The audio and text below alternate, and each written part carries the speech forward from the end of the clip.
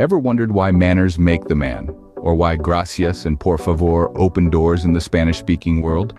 Well, today we explore the power of these two simple phrases in Spanish and how to pronounce them correctly.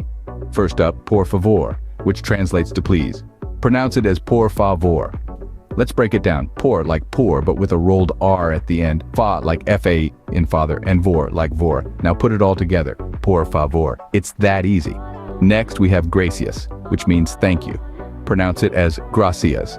Again, let's dissect it. Gra like gra and grand. Si like si, and as like us, but with a softer as. Combine them all. Gracias. And there you have it. So there we go. Two powerful phrases in Spanish that can open doors for you wherever you go. Por favor and gracias. Please and thank you. Remember, a little politeness goes a long way. Before we wrap up, remember to hit the like button if you found this video helpful, and don't forget to subscribe to this channel for more fun and educational content.